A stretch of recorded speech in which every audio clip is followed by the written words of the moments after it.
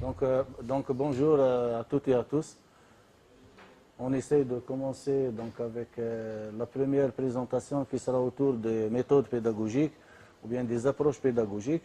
D'ailleurs, ce sera le dernier atelier pour vous parce que vous avez commencé dans un premier lieu, dans un premier atelier avec la scénarisation, se familiariser avec les outils TIC, les outils donc, qui vont vous aider à introduire, à intégrer les technologies de l'information et de la communication dans vos pratiques pédagogiques. Et puis, vous avez passé au deuxième atelier à travers lequel vous avez vu comment structurer pédagogiquement et académiquement un cours, donc en passant par les trois systèmes, comme vous le savez, système d'entrée, système de sortie, système d'apprentissage, et l'articulation entre les trois systèmes. Bien évidemment, ces deux ateliers ont été donc renforcés par un ensemble d'activités qui, normalement, qui vont permettre en quelque sorte de consolider donc, les savoirs, les connaissances acquises et de passer du savoir vers les savoir-faire et les savoir-être. Et puis à partir de l'atelier numéro 3, on a commencé, c'est-à-dire on est entré dans le vif du sujet, là où vous avez normalement diffusé votre cours à travers la plateforme Moodle, la plateforme TELUM de l'Université de Frère Mentouré Constantine I. Normalement, l'ensemble des collègues en formation, l'ensemble des formés ont des espaces dédiés, des espaces propres donc, pour vous, pour diffuser au profit de vos étudiants votre cours, qui ne sera pas bien évidemment diffusé, c'est-à-dire en direct, c'est-à-dire lancé pour un enseignement, qu'après avoir le testé. Donc la phase test a été lancée à la fin de l'atelier numéro 3. Vous avez choisi des testeurs, normalement pour tester, pour vous donner quels sont les points forts, quels sont les points faibles par rapport à vos conceptions. Et à partir de ce constat, le constat des testeurs, vous allez bien évidemment améliorer votre cours pour le diffuser et le rendre exploitable par les étudiants. Lors de l'atelier numéro 4, donc, vous avez en quelque sorte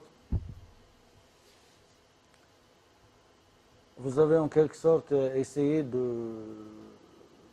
d'entrer dans de nouvelles situations. Il s'agit de la conception d'un MOOC. Donc vous avez vu l'atelier numéro 3, la plateforme Moodle, mais actuellement, c'est-à-dire je pense actuellement, vous êtes dans l'atelier numéro 4, donc c'est la plateforme EDX, donc c'est un peu par rapport à la plateforme difficile, mais il s'agit de conception d'un MOOC qui est réellement basée sur la notion de vidéo pédagogique. Donc normalement la vidéo pédagogique, vous allez l'entamer à partir de l'activité numéro 6. Vous allez vous-même concevoir produire vos vidéos pédagogiques, soit donc avec vos propres moyens, donc laptop, caméra de laptop et un logiciel. La meilleure façon, c'est d'aller vers le centre de l'audiovisuel. Donc il y a des techniciens, il y a des gens qui ont de l'expérience quant au montage donc, et au traitement de la vidéo. Donc il est préférable de se rapprocher du centre pour avoir des créneaux d'enregistrement. L'atelier numéro 5, c'est vous avez conçu votre cours, bien conçu votre cours, vos vidéos pédagogiques. Maintenant, vous allez suivre vos étudiants à distance. Vous avez évidemment tracé des objectifs, mettre à partir de l'atelier 3 un scénario d'apprentissage. Le problème maintenant, comment transférer toutes ces connaissances, comment transférer toute sa production à nos étudiants et correctement pour qu'ils puissent tirer profit de vos cours. C'est-à-dire, si la transmission n'est pas vraiment de qualité, si la méthode n'est pas vraiment de qualité, vous n'allez pas, c'est-à-dire les étudiants ne vont pas en quelque sorte tirer profit de vos cours, de vos conceptions. Donc aujourd'hui, on va essayer de voir quelques techniques de transfert de connaissances qu'on appelle les méthodes pédagogiques. Donc on va voir ensemble, vous avez déjà vu ça donc, lors des ateliers sur psychopéda, on va voir autre chose. Donc on va voir ensemble les méthodes pédagogiques, on va voir ensemble donc l'évaluation, comment évaluer, à quel niveau doit-on évaluer, comment concevoir un sujet final, un sujet d'examen final, comment choisir nos questions, comment répartir les questions selon le niveau cognitif qu'on a vu lors du deuxième atelier. Puis on va passer à la notion de tutorat en ligne, parce que l'étudiant il va se mettre devant une situation d'apprentissage à distance, il n'y a pas d'enseignant en direct, il y a un matériel peut-être qui va avoir un conflit face au matériel. Donc vous allez voir avec Madame Dr Bouhellouf la notion de tutorat en ligne. Et puis on va passer à la notion, surtout pour ceux qui font des stages pratiques, pour les étudiants, les stages, les sciences vétérinaires, on va passer à la notion de feuille de route, c'est-à-dire comment faire une feuille de route, comment encadrer, accompagner un stage. Et on va terminer avec la notion de portfolio. Portfolio, vous allez vous-même réaliser votre portfolio. Donc ces 3 thèmes seront évoqués par Dr Fouzia Mori. Donc sans tarder, on va passer donc aux méthodes pédagogiques. Donc nous allons faire le premier thème, méthode pédagogique, puis on va faire une activité, on va d'évaluation, on va faire une activité, on va les autres thèmes. Donc pour les méthodes pédagogiques, donc, vous allez être capable de faire la différence entre système, méthode et technique, et c'est très intéressant. Ça, c'est un professeur de physique, c'est Eric Mazur, c'est un professeur connu à Harvard University. Ce professeur-là était donc en train de donner son cours pendant peut-être plusieurs années. À un moment donné, il a constaté que ses étudiants, c'est-à-dire les étudiants de cette discipline-là, sont en train de mémoriser. Que mémoriser l'information. Il n'y a pas le savoir-faire. Et à partir de là, il a posé cette question, cette citation. D'ailleurs, cette citation, elle existe. Même sur le net, vous allez la trouver. Et à partir de là, donc vous allez trouver le suivi de la chose. À partir de là, il a décidé de passer de la pédagogie entre guillemets classique vers une pédagogie active pour rendre les étudiants plus actifs, pour passer de la phase mémorisation à la phase construction des apprentissages. Les étudiants vont eux-mêmes construire leurs apprentissages. Donc ce qu'on appelle la pédagogie active. Donc nous allons commencer par les méthodes pédagogiques classiques que vous avez déjà vues avec l'enseignant, donc professeur Daoud, lors des séances psychopédants, et on va arriver à la notion de la pédagogie active, l'alignement pédagogique. Donc si vous voulez un contenu, c'est-à-dire l'atteinte des objectifs, vous avez tracé des objectifs. Donc pour vos cours, vous avez dit que l'étudiant, l'apprenant sera capable de. La question qui se pose, comment peut-on permettre à notre étudiant d'atteindre les objectifs tracés? On a tracé les objectifs, mais on a le contenu, on a l'étudiant, on a les objectifs. Quelle est la méthode à travers laquelle, ou bien quelles sont les méthodes à travers lesquelles on peut transférer le savoir et permettre aux étudiants, permettre à l'apprenant de tirer profit de la production. Donc ça, c'est la notion de méthode pédagogique. Pourquoi les méthodes d'enseignement et les méthodes pédagogiques? Et la méthode pédagogique, on peut la tirer de plusieurs choses. Parmi les choses, donc il y a des paramètres qu'on a vus ensemble lors de l'atelier numéro 3, il s'agit du schéma directeur. Là, on a parlé de l'analyse des besoins, le public cible, les caractéristiques du public cible, les contraintes. Tous ces paramètres vont nous permettre de choisir là ou les méthodes. Pourquoi là ou les méthodes? Parce que ça ne veut pas dire que pour une matière unique, il y a une seule méthode. On peut diversifier donc les méthodes pédagogiques par rapport à une seule matière.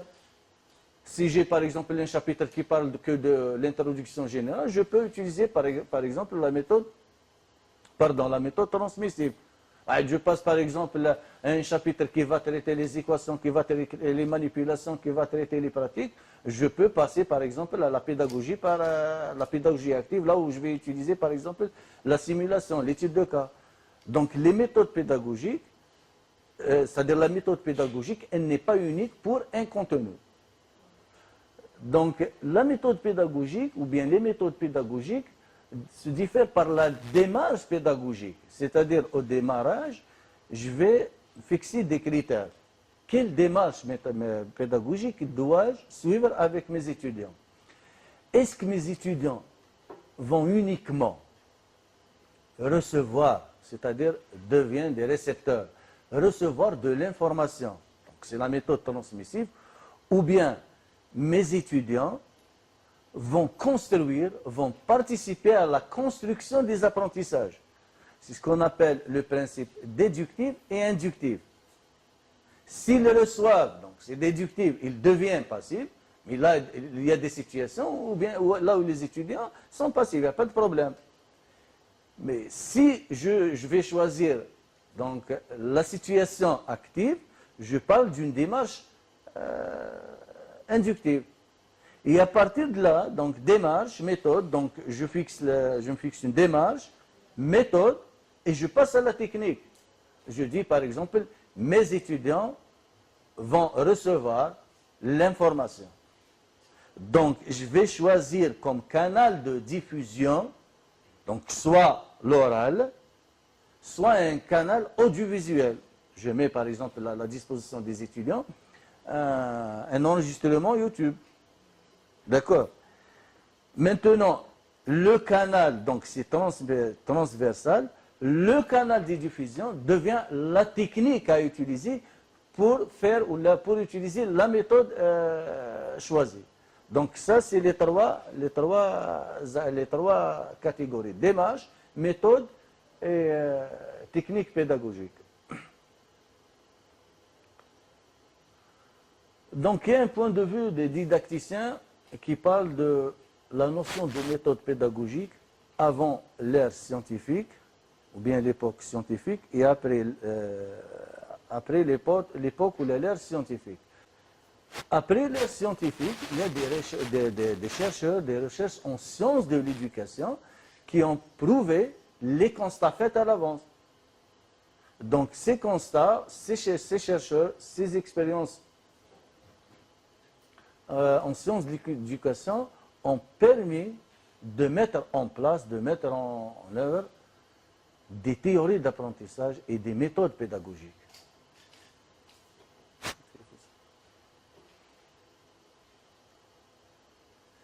Le système pédagogique, donc, pour alléger les choses, si je prends par exemple le dernier exemple, l'approche par compétence est un système pédagogique.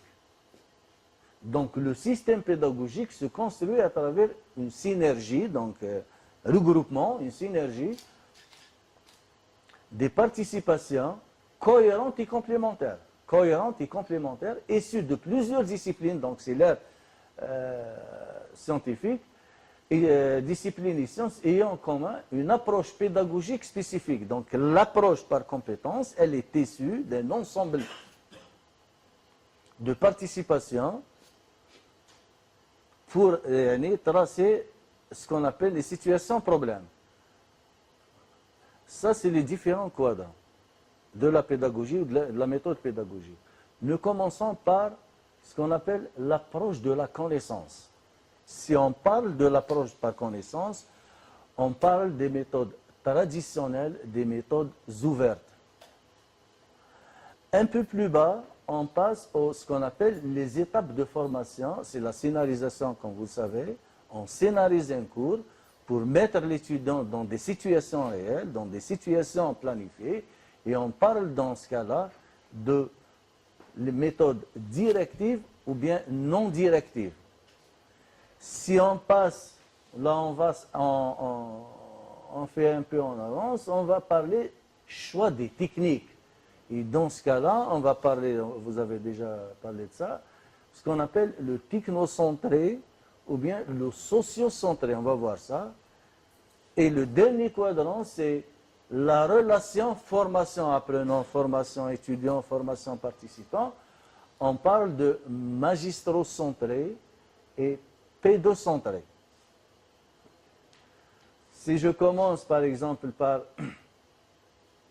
les méthodes magistro-centré et pivot-centré, là, on essaie de dire qui est le maître de la situation. Si l'enseignant est le maître de la situation, on parle de magistro-centré. Si l'étudiant est le maître de la situation, on parle de pédocentré. Pour la méthode directive et non directive, donc c'est selon le degré de guidage de l'enseignant. Il guide plutôt l'étudiant, il met à la portée des étudiants, par exemple, un ensemble de démarches à faire, des feuilles de route. Donc, il va exiger des prérequis, il va demander aux étudiants de faire par exemple des feuilles de route, il va par exemple planifier les moments de remédiation, il va planifier les moments de feedback, la consolidation mnésique, c'est-à-dire pour éviter l'oubli. Dans ce cas-là, c'est une méthode directive. Il y a des lignes de direction qui vont en quelque sorte permettre à l'étudiant d'acquérir les connaissances. Sinon, on parle de non-directive. Technocentré et sociocentré, donc c'est l'utilisation des moyens technologiques. Et les moyens technologiques, on peut les utiliser pour une seule personne, comme on peut installer des moyens technologiques et des environnements qui vont permettre aux étudiants de travailler ensemble, de se collaborer, de se coopérer. Et on parle ça, dans ce cas-là, de socio-centré. Les méthodes, j'ai déjà parlé de ça, les méthodes traditionnelles et ouvertes, donc ce sont les méthodes de transmission, la méthode transmissive et ainsi de suite, qui vont permettre à l'étudiant uniquement d'être dans une situation passive. Donc la typologie de la démarche ou bien de la méthode, donc on doit premièrement tracer des objectifs et c'est pour cela le module, l'atelier structuration pédagogique, le premier système, on a beaucoup parlé des objectifs parce que sans objectifs, on ne peut pas choisir la méthode, on ne peut pas savoir, on ne peut pas permettre à l'étudiant de savoir, c'est-à-dire la finalité de la formation. Donc on doit tracer les objectifs, on doit tracer un processus d'apprentissage et puis on va parler des résultats. Donc les résultats, c'est la mesure de connaissances, la mesure des connaissances acquises à travers l'évaluation. Donc les trois choses principales, donc tracer des objectifs, mettre en clair un processus d'apprentissage, prévoir des activités d'apprentissage. Ce n'est pas que l'évaluation finale. On va revenir à ce stade-là.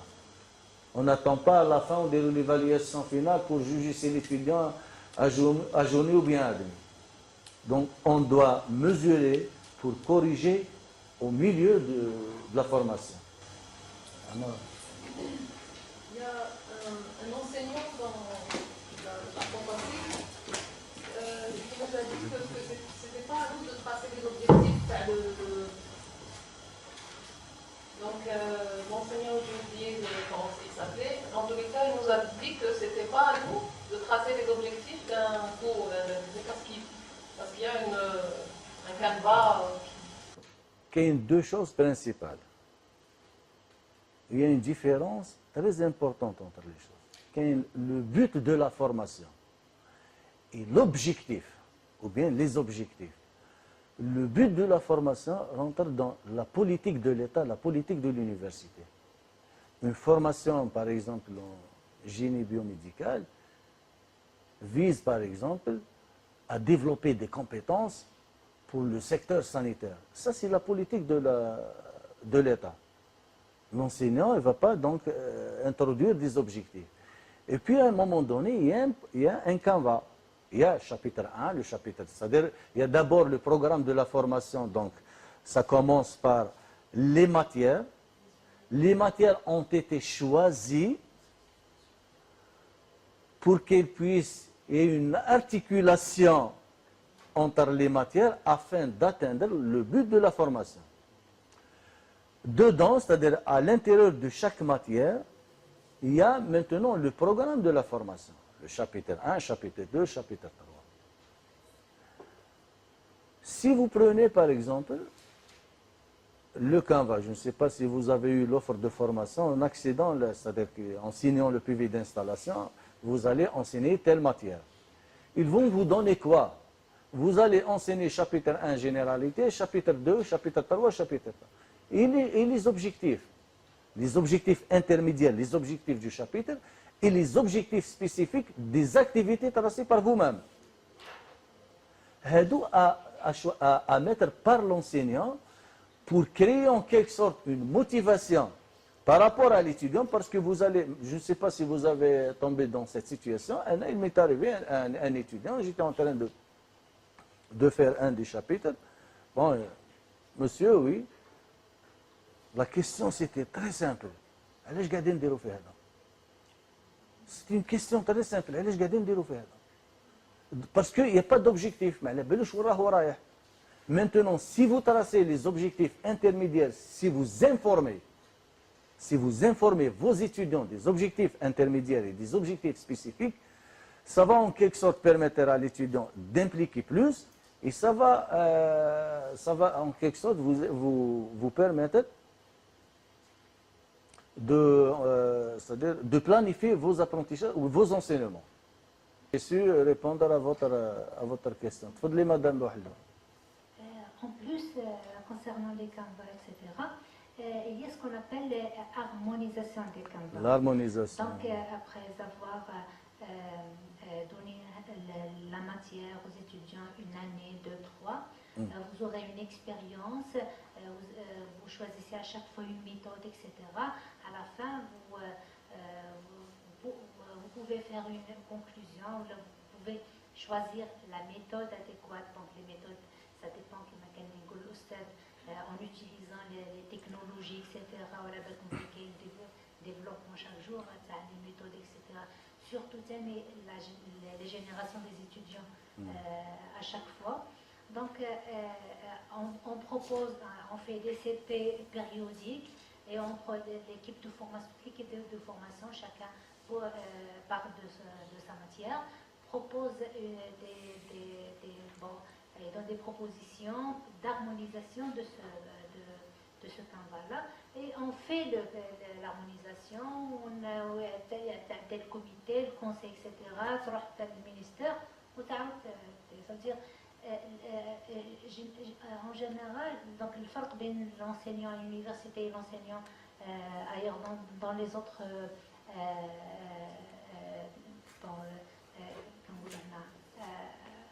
endroits, c'est que l'enseignant toujours, il change, toujours il développe sa matière, il développe ses connaissances, il développe ses méthodes d'enseignement, ou le ministère ou le canon يسمح له بهذا. Donc on passe maintenant aux méthodes, on entre dans le vif du sujet, on passe aux méthodes pédagogiques. Il y a enfin 4 grandes classes des méthodes pédagogiques. Il y a les méthodes affirmatives, il y a les méthodes affirmatives, les méthodes interrogatives, les méthodes expérimentales et les méthodes actuelles, ce sont les méthodes actives. Donc on passe aux méthodes affirmatives, ce sont les anciennes méthodes, telles que la méthode transmissive et la méthode de démonstration. On a parlé déjà de démonstration auparavant, mais la méthode transmissive, donc c'est une méthode qui va permettre à l'enseignant. Donc la méthode transmissive, donc, elle va placer en quelque sorte l'étudiant dans une situation passive à travers laquelle l'enseignant donne son cours d'une façon magistrale. Donc il va transmettre, que ce soit oralement ou bien à travers un canal audiovisuel, là où il n'y a pas l'interactivité. Donc il n'y a que l'écoute. Parallèlement à ça, il y a également la méthode démonstrative, là où l'enseignant essaye de démontrer une situation, de démontrer une manip, de démontrer un TP par exemple, les étudiants, ils vont refaire la chose. Donc ça, ce sont les méthodes affirmatives. Donc l'étudiant, il est toujours en situation passive. Donc soit il reçoit, soit il va suivre donc la démonstration, il va refaire la même chose. Les méthodes, donc les techniques utilisées, donc soit l'écrit, soit l'oral, soit le gestuel. Le gestuel, beaucoup plus, je pense, les médecins qui font le gestuel, je ne sais pas lesquels, les vétérinaires, ils déroulent le gestuel, c'est-à-dire le gestuel, il va faire la chose devant l'étudiant, il va refaire la même chose. Donc, le gestuel. Les méthodes interrogatives, donc, à l'aide d'un questionnement approprié, préalablement préparé. Les méthodes moi-même, j'ai fait déjà peut-être avec vous, c'est-à-dire on a fait avec vous de la méthode interrogative, mais à travers les forums. C'est-à-dire il n'y a pas directement des questionnaires, mais c'était à travers le forum. Si vous vous souvenez, donc, l'atelier numéro 2, l'atelier numéro 2, on a installé 2 forums. واحد pratique enseignante, ou le deuxième c'était le remue-ménage. On a posé des questions, quels sont par exemple les points forts, quels sont les points faibles que vous avez vécu lorsque vous étiez des étudiants. Ou deuxième, les pratiques d'enseignante, on vous a demandé de nous parler par rapport à vos pratiques en tant qu'enseignant. C'était en quelque sorte, parce qu'on sait que chacun de nous, chaque étudiant, il y a des connaissances déjà préalables par rapport à la chose. Il y a des connaissances. On essaie de poser des questions pour guider l'étudiant, en quelque sorte, tirer donc, ou bien observer les points forts par rapport à ses connaissances et les points faibles ou bien les points erronés par rapport à ses connaissances pour qu'on puisse les corriger. Donc ça, c'est les méthodes interrogatives. Parallèlement, donc, la troisième catégorie, c'est la méthode expérimentale, donc à travers de l'expérience, c'est les TP, c'est les visites sur terrain. Et la dernière catégorie, donc, c'est les méthodes actives. On parle beaucoup plus de problem-based learning ou bien problem-based project. Donc, le premier,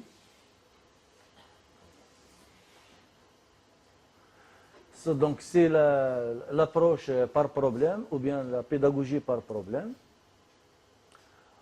On met l'étudiant devant un problème, en quelque sorte réel, qui a des issues, qui a des solutions, et on lui demande de mobiliser les savoirs, les connaissances présentées, les connaissances acquises, pour sortir de ce problème-là. C'est en quelque sorte, si je peux dire, c'est la notion de PFE, le mémoire de fin d'études. On donne à l'étudiant un sujet, où il essaye de décortiquer le sujet.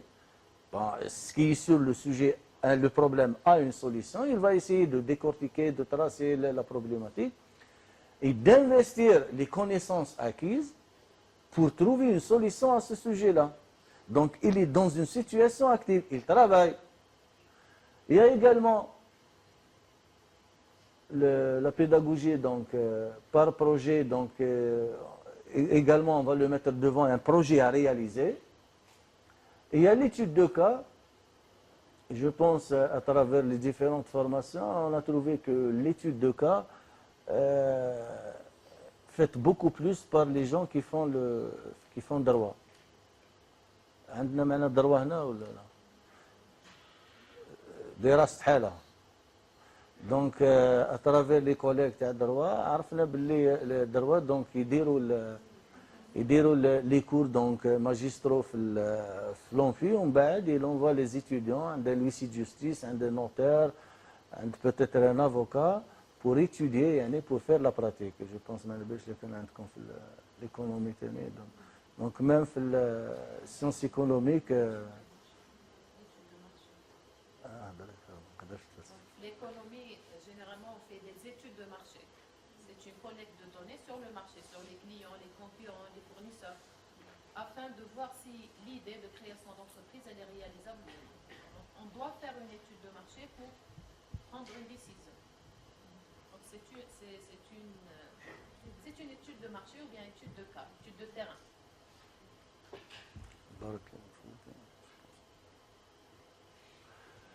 Bon, je vais parler un peu de l'alignement pédagogique. On a déjà parlé de ça et on va faire une activité de 15 minutes par groupe. Vous avez tracé des objectifs. Elle, par exemple, les objectifs, l'étudiant sera capable de 3 ou 4 objectifs. La question qui se pose, quel est le moyen ou bien quelle est la méthode adéquate et appropriée à travers laquelle on peut permettre à l'étudiant d'atteindre l'objectif et de développer la compétence tracée. Donc il faut que la méthode, il faut que les moyens, beaucoup plus, c'est la méthode pédagogique, marche adéquatement avec l'objectif. Je ne vais pas par exemple, il y a un exemple, je ne vais pas par exemple vous apprendre comment utiliser la plateforme Moodle à travers une méthode pédagogique, là où je vais que parler. Elle est transmissive ou l'audiovisuel, Moodle est un LMS, vous pouvez faire ça et ça et ça. Il n'y a ni la démonstration, il n'y a ni la pratique. Si je veux vous apprendre par exemple Moodle, vous allez la pratiquer. Maintenant, l'activité que vous allez la réaliser vous-même maintenant, normalement je vous ai envoyé un mail pour imprimer un document.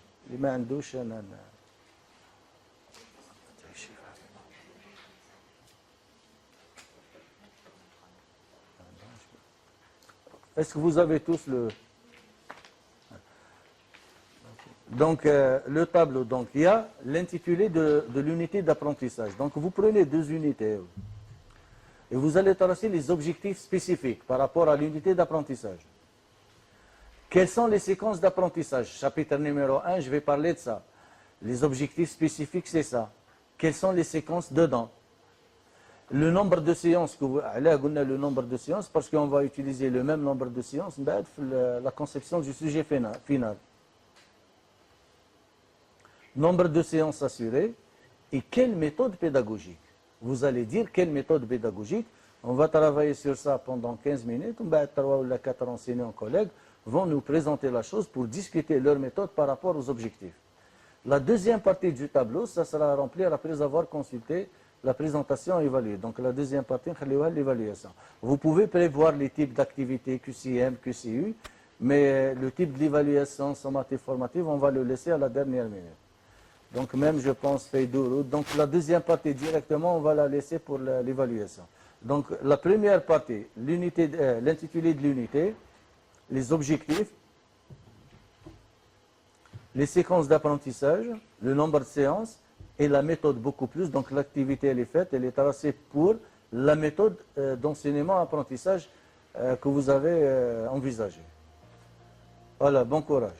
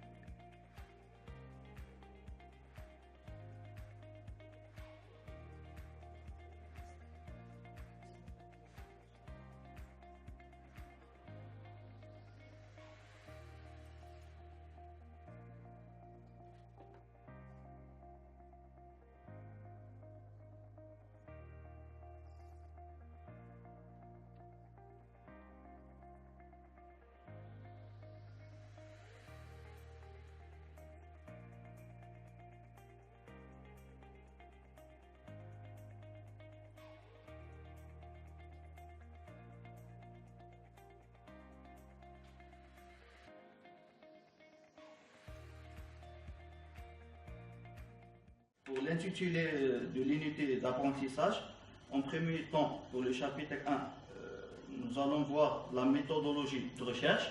Donc, c'est un peu les objectifs spécifiques de ce chapitre. L'apprenant sera capable de comprendre un cadre conceptuel de la méthodologie de recherche.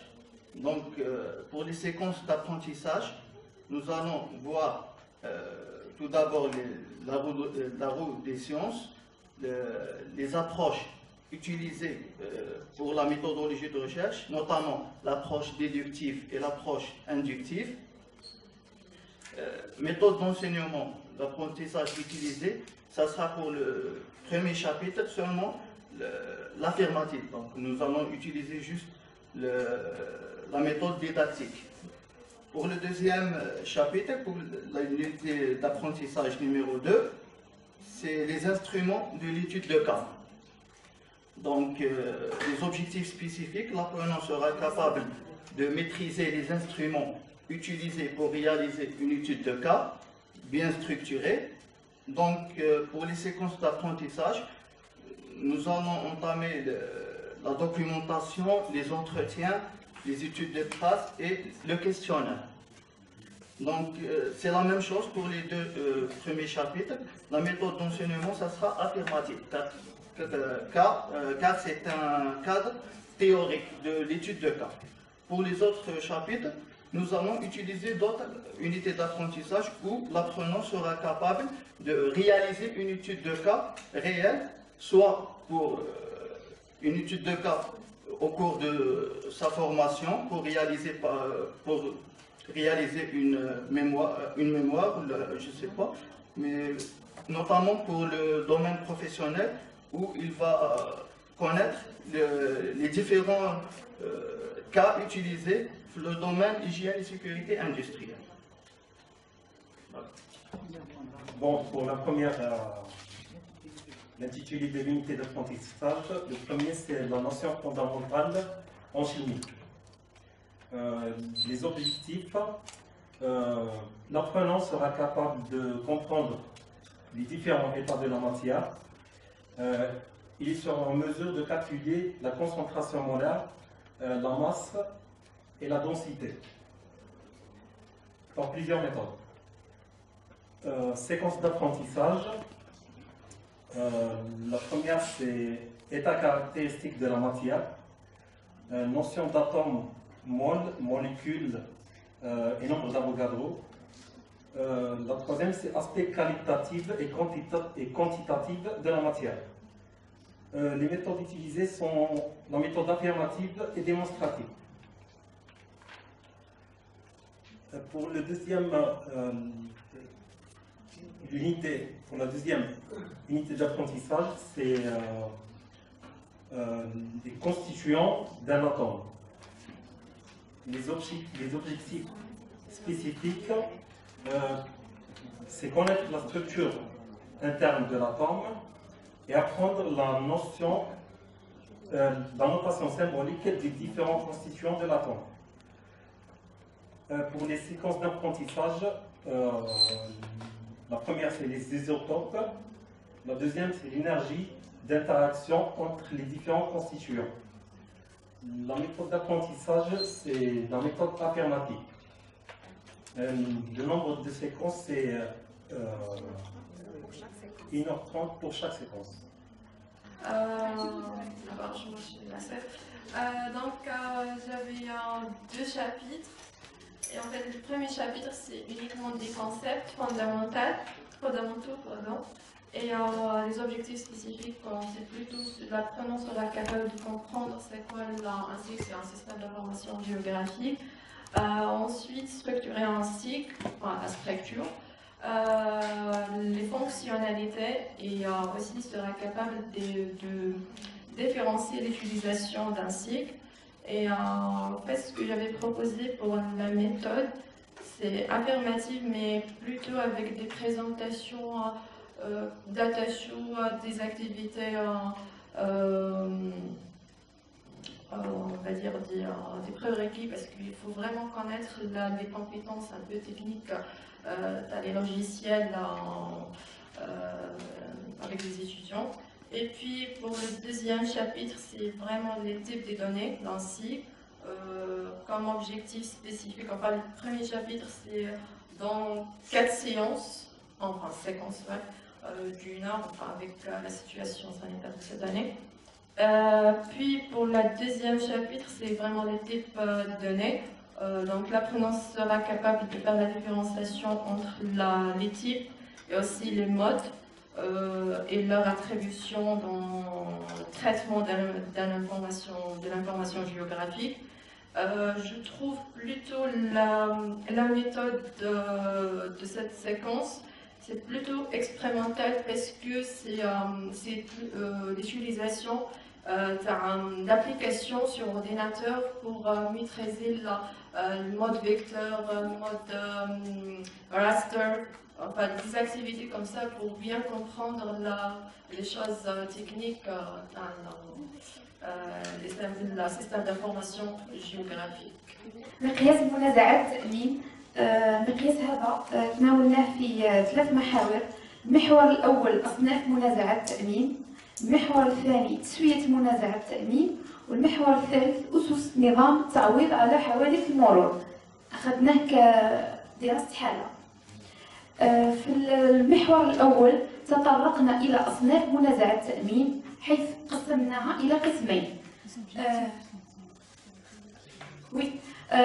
لي زوبجيكتيف سبيسيفيك، عندنا أولا تعرف على أصناف منازعات التأمين والتمييز بينهما، وفي المحور الثاني التعرف على طرق تسوية منازعات التأمين، وفي المحور الأخير القدرة على معالجة وإيجاد حلول قانونية فيما يخص نظام التعويض على حوادث المرور.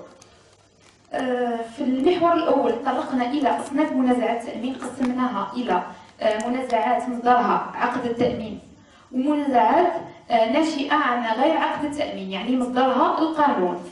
في المحور الثاني تحدثنا على كيفية تسوية منازعات التأمين. هنا عندنا طريقتين، التسوية الودية وعندنا التسوية القضائية يعني نلجؤ إلى القضاء. في المحور الأخير سلطنا الضوء على أسس نظام التعويض على حوادث المرور في الجزائر الذي يستند إلى الأمر 74/15 يتحدث على كيفية تسوية هذه المنازعات.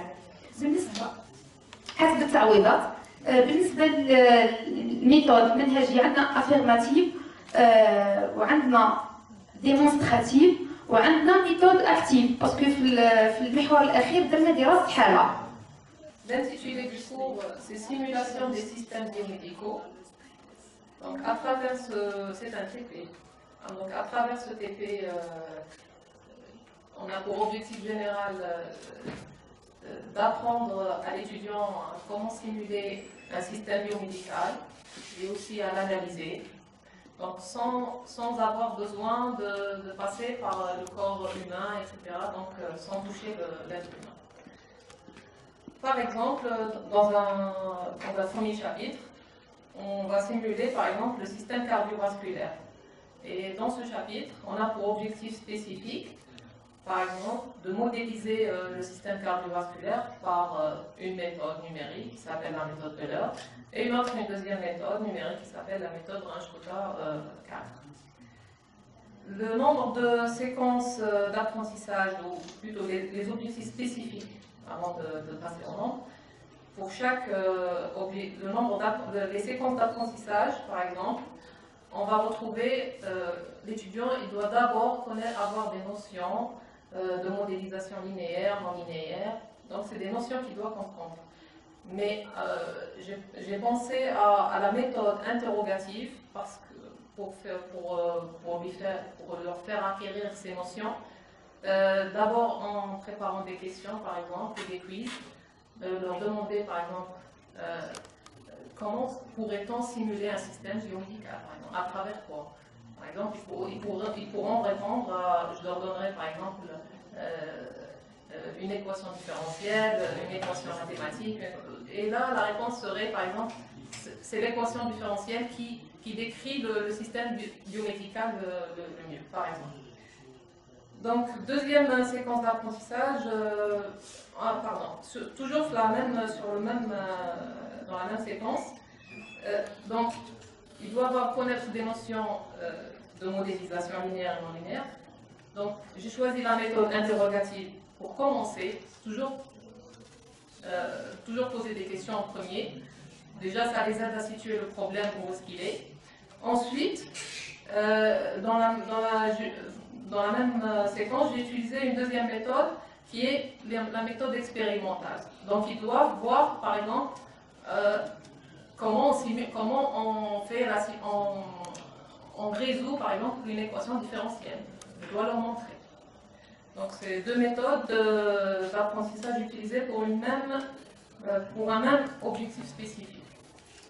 Ensuite, pour, par exemple, l'objectif spécifique qui est de comprendre le principe de la méthode Euler, qui est une méthode numérique, j'ai choisi la méthode d'apprentissage active, qui met l'étudiant dans une approche par problème. C'est-à-dire, je vais lui poser le problème, je lui dis que je vais lui donner par exemple des problèmes. Donc il a eu des notions de comment résoudre une équation différentielle par exemple. Et maintenant, On prend l'équation différentielle du modèle, par exemple, du cœur, et je lui demanderai d'essayer de la résoudre avec la méthode que je lui ai apprise, en quelque sorte. Donc, c'est la méthode active, approche par problème, que j'ai choisie dans ce cas-là. Voilà, c'est à peu près pareil pour les autres chapitres. Merci. Donc la première question, si vous voulez, procédons-nous par une évaluation correcte et de qualité. Et chacun de nous doit poser cette question. Est-ce que je procède par une évaluation correcte et de qualité? Donc, pourquoi on évalue les étudiants? Pardon? Pourquoi vous faites des évaluations?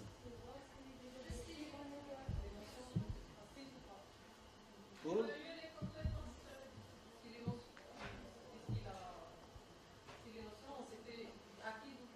si les compétences ont été installées. Si les objectifs ont été atteints. Donc ça, c'est pour mesurer le degré d'acquisition, piloter la progression. Beaucoup le note. Et pour attribuer des notes. Donc ce qui est important, c'est le milieu pour piloter la progression. Donc si on veut piloter la progression, c'est-à-dire il ne passe pas d'un chapitre à un autre, d'une unité à une autre, sans avoir quelque sorte les objectifs à atteindre pendant la séquence ou là pendant l'unité. Donc piloter la progression, cela veut dire c'est une évaluation. On doit faire une évaluation continue, une évaluation formative pour qu'on puisse piloter la progression. La deuxième question, avez-vous senti un jour que vous êtes face à une évaluation subjective dans le mot? Avez-vous essayé de l'éviter? Comment? فهمتوا واش معناتها subjective? L'éviter par l'anonymat. Donc madame قالت éviter par l'anonymat, donc فهمتوا واش معناتها subjective. Subjectif, bon, on va voir ça ensemble. Subjectif, au lieu de corriger la feuille, au lieu de corriger les réponses, à un moment donné, vous êtes en train de penser, par exemple, la personne l'étudiant qui a fait un jour, ça a معاه مشكل, je ne sais pas quoi, المشكل راح بصح الغيظ مازال كاين. D'accord, donc هذه la subjectivité. الزميلة donc تقول باللي utiliser l'anonymat, c'est une technique, mais malheureusement les faits عندك donc l'anonymat لما انا ندير l'anonymat وتتكوريجي. Donc انا على بالي الورقات بصح لما انا ندير l'anonymat وانا نكوريجي c'est pas évident. On va voir comment peut-on éviter la subjectivité dans l'évaluation. Et la dernière, donc à travers une grille d'évaluation critériée à travers des critères. وهذا اللي عشتوه معنا في l'évaluation تاع لي طرافو. Ce sont des critères. عندكم des critères يقول لك مليح ماشي مليح. D'accord, donc هذه هي l'évaluation critérique. Et la dernière, comment l'évaluation sert-elle l'enseignant? Est-ce que j'évalue en évaluant? تفضلي. Ça peut être? Bon, est-ce qu'on peut utiliser le corrigatif pour éviter la subjectivité? Le corrigatif, bien évidemment, il faut l'utiliser parce que vous allez corriger par rapport à un corrigatif. Voilà. Vous avez par exemple fait un examen de maths ou lettres de physique. On demande à l'étudiant, par exemple, de résoudre un problème. Toute sa démarche est correcte. Malheureusement, le résultat final est incorrect. Si on parle de la subjectivité, j'ai deux feuilles. Les deux, tout est correct par rapport à la démarche. Et le résultat, malheureusement, il a mal manipulé la calculatrice, je ne sais pas quoi, il a eu et il n'a pas eu. Je peux donner, par exemple, 80% de la note au premier étudiant et 0% au deuxième étudiant. C'est vrai, oui. C'est une subjectivité. Il y a le corrigitif, mais ça a la subjectivité. D'accord, je comprends, merci. Maintenant, comment l'évaluation, j'évalue les étudiants. Est-ce que l'évaluation que j'ai faite aux étudiants va me servir? Pourquoi? Donc pour voir si les méthodes sont adéquates ou bien non. D'accord? Donc ça, elle peut me servir, l'évaluation peut me servir. Donc on commence par l'évaluation, les étapes.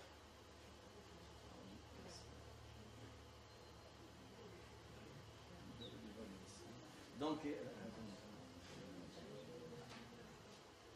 je vais parler des choses essentielles. L'évaluation, elle est pilotée ou bien elle est basée sur 3 choses principales. La première, c'est la clarification. Et la clarification des objectifs. Je dois clarifier aux étudiants, bien à l'étudiant, les objectifs à atteindre, les compétences à installer pour que je puisse l'évaluer. Et c'est pour cette raison-là, on insiste toujours sur l'édition des objectifs. Qu'est-ce qu'on attend de lui? Si, par exemple, je donne le cours, sans dire par rapport à l'étudiant, vous allez être capable de manipuler une machine, le tour par exemple, et puis à la fin, je lui donne une évaluation, où là, je l'évalue par rapport à l'utilisation d'une pièce avec le tour par exemple. C'est pas normal. Donc on doit demander, on doit clarifier à l'étudiant ce qu'on attend de lui pour qu'on puisse l'évaluer, pour qu'on puisse avoir le droit d'évaluer l'étudiant. Le deuxième point essentiel, c'est l'interprétation.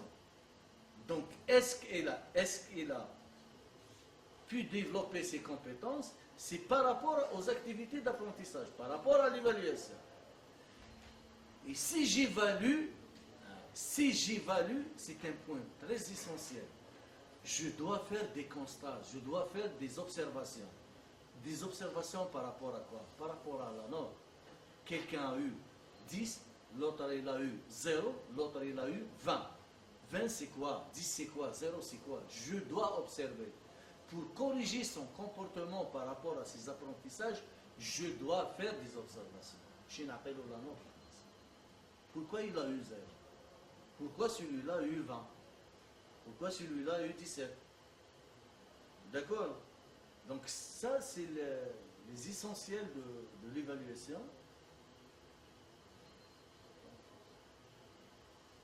Donc vous avez déjà vu. Est-ce que vous pouvez me dire c'est quoi l'évaluation et le diagnostic? Vous avez déjà fait l'évaluation avec M. Deur.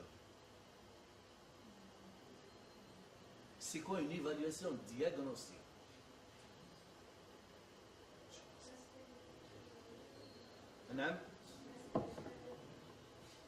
C'était des prérequis.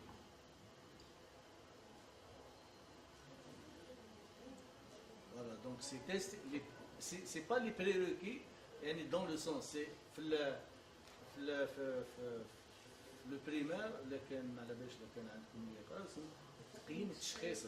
après 15 jours, il pour se situer, pour prendre une posture par rapport à mes méthodes pédagogiques. D'accord. Le deuxième type de l'évaluation, c'est l'évaluation formative. C'est quoi une évaluation formative? C'est à propos complètement de contenu, c'est-à-dire que c'est fait pour connaître si le cours est conçu ou non. Le cours ou la séquence?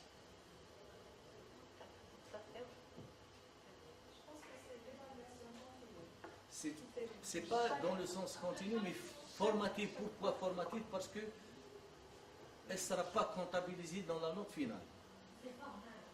Elle est formative, j'ai dit cours ou bien séquence. Normalement, avant de passer d'une séquence à une autre, je dois savoir est-ce que les étudiants ont tous assimilé ou acquis donc, les objectifs tracés pendant la séquence. Donc, à travers quoi? À travers des exemples, des exercices. Donc, je donne un exercice de 2 minutes, 3 minutes, pour voir l'étudiant est-ce qu'on sait.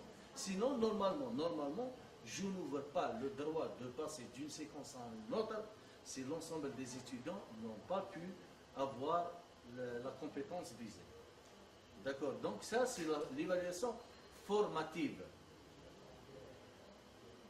L'auto-évaluation, donc vous allez s'auto-évaluer, c'est-à-dire l'étudiant s'auto-évaluer, et ça rentre donc dans la formation. Et la formation sommative, finale. Comme son nom l'indique, ça vient du sonar, c'est-à-dire c'est en quelque sorte une synthèse. C'est le test final, c'est-à-dire. Sommative, مش من صوم. Sommative من somme. Ah, ok. Somme. Donc différentes évaluations sommatives. C'est une synthèse. Différentes évaluations sommatives le long de la voie, dont la note sera comptabilisée, la note finale. D'accord? Mais chez synthèse, si vous allez parler de synthèse, vous allez parler de la validation des acquis, vous allez parler de l'évaluation certificative. Parce qu'il a qu'un tadri al final. D'accord? Et l'évaluation continue.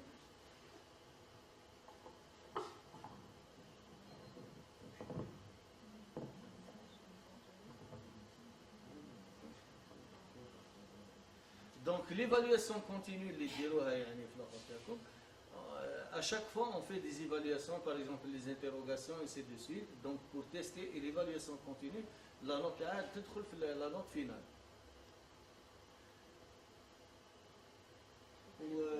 L'évaluation critériée, c'est l'évaluation à travers une grille d'évaluation, une grille de critères. Il n'y a pas de note. Surtout lorsqu'il s'agit par exemple des modules, par exemple, enseigné par un enseignant qui le chapeaute et un ensemble de chargés TD qui vont corriger. Pour éviter la subjectivité, on donne par exemple des critères qui m'a gardé la formation comme très bien, excellent. Et derrière les critères, il y a des notes. Donc l'évaluateur me cherche les critères. Il dit excellent, on l'a bien, on les a pas bien. Ben, en cochant sur excellent, il y a une note qui sera comptabilisée. D'accord? Ça marche beaucoup plus avec les exposés. Les exposés, voilà. Ouais, ça marche avec les exposés. Par exemple, l'étudiant fait sa présentation, l'enseignant note, bon, la grille, elle est devant lui. Donc, il y a des critères dans cette grille. À la fin, il va attribuer une note selon les critères. Les mini-projets ou les soutenances de master, normalement, ils déroulent avec une grille. Exactement. Mais ils déroulent انت عندك 15 وانت عندك 16. Voilà. Normalement, une grille d'évaluation, c'est-à-dire les chercheurs disent qu'on ne peut pas éliminer la subjectivité, mais on peut la réduire. نقص فيها le maximum. Le feedback, c'est une notion très importante. Il faut toujours donner un feedback aux étudiants. Que ce soit il a très bien travaillé, que ce soit il n'a pas bien travaillé. Il faut toujours l'encourager. S'il a fait le tout juste, vous dites bravo. على الأقل في الورقة لما باش لكن وصلتوا على الأقل. لكن يعطيك الورقة تدي لا نوت تدي 20 يكتب لك اكسيلون تدي 10 يكتب لك موين ما تديش يكتب لك باسابل ولا يكتب. L'essentiel qu'il y ait un feedback. Il faut l'encourager. Celui qui a travaillé. C'est-à-dire que il n'y a pas de feedback. Je travaille par un examen, j'ai eu par exemple une mauvaise note, un collègue il a eu une bonne note, aucun feedback, donc il a eu puisque moi je ne barak là. Donc il faut donner un feedback aux étudiants. Bravo, très bien, excellent. L'autre, voilà, vous êtes bien, mais il faut essayer de travailler dessus, il faut revoir ce chapitre, il faut revoir cette notion. Donc il faut l'encourager avec le feedback. Et la chose la plus importante, c'est la table de spécification. Parce que vous avez vu, j'ai essayé de passer vite par rapport à l'évaluation, c'est la table de spécification et la table de spécification à travers laquelle vous allez, donc vous savez quels sont vos objectifs, vous savez combien d'heures ou combien de séances vous avez envisagé ou réservé à la séance, à la séquence. Maintenant, vous allez concevoir votre sujet d'examen. Vous allez prévoir des questions. Donc, les questions, quels sont les types de questions par rapport au niveau cognitif, comment calculer ces questions, tout ça, on va le voir dans une table dite table de spécification. Donc, la première des choses, la table de spécification, ça c'est la table de spécification qui contient plusieurs lignes égales au nombre de chapitres. Donc, chapitre 1, chapitre 2, ainsi de suite. Et qui contient plusieurs colonnes. La première colonne, c'est les chapitres à examiner. On peut dire 6 chapitres. Le premier, c'est définition de la généralité. Je ne vais pas l'examiner. C'est les chapitres à examiner. Ensuite, vous passez au thème dedans. Le chapitre égale des thèmes, des séquences. Quels sont les thèmes? Donc, thèmes à examiner en fonction des objectifs visés. Donc, j'ai déjà fixé des objectifs par rapport à un thème. Bon, j'ai donné ici un truc par rapport à la maîtrise globale. Bon, le chapitre, c'était OPA niveau débutant. Et puis, les thèmes à examiner, c'est comprendre les chaînes éditoriales, organiser une conception avec OPA, maîtriser totale. La troisième colonne, c'est les séances. Enseigner pour un thème X. 2 séances par rapport à la conception, à la compréhension des chaînes éditoriales, 2 séances par rapport à l'organisation et 4 séances par rapport à la maîtrise. En tout, c'est 8. D'accord, je me fixe un nombre de questions que je vais les mettre dans l'évaluation finale. Je dis que je vais mettre 16 questions. Clair.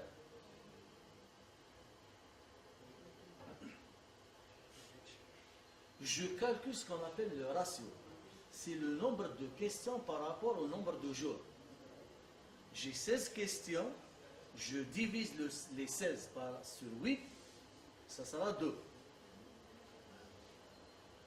Je commence par le nombre de questions. Le 2 fois 2, j'ai le ratio 2. J'ai réservé 2 séances ici, donc 2 fois 2, ça va me donner 4 questions. 2 fois 2, ça va me donner 4 questions. 2 fois 4, ça va me donner 8. Si je fais la somme, 4 plus 4 plus 8, ça va me donner les 16.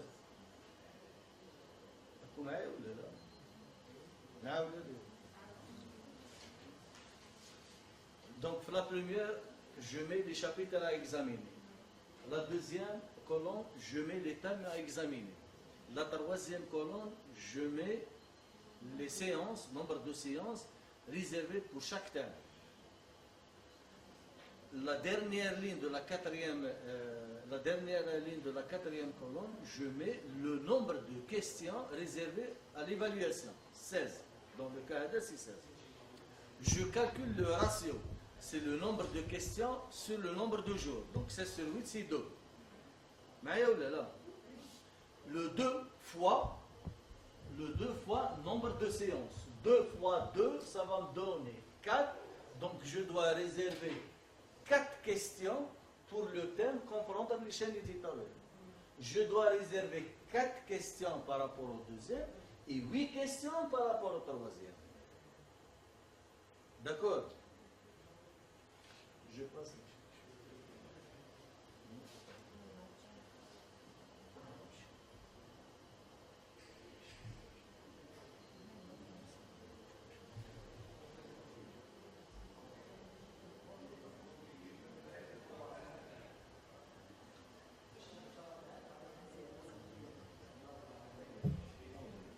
Voilà. Je commence maintenant par fixer. Parce que j'ai déjà fixé les objectifs, je sais par exemple par rapport au premier thème, quels sont les objectifs que j'ai fixés. Donc, j'ai visé le niveau par exemple, le cognitif, connaissance et compréhension. Là, en sciences d'éducation, c'est le niveau facile. Et le niveau facile nécessite entre 30% et 40% des questions. Puisque je vais diviser le 4, je vais diviser mes 4 questions sur les deux niveaux, sur la connaissance, sur la compréhension. Donc je prends par exemple le maximum 40%. 40% des 4, ça va me donner 1,6.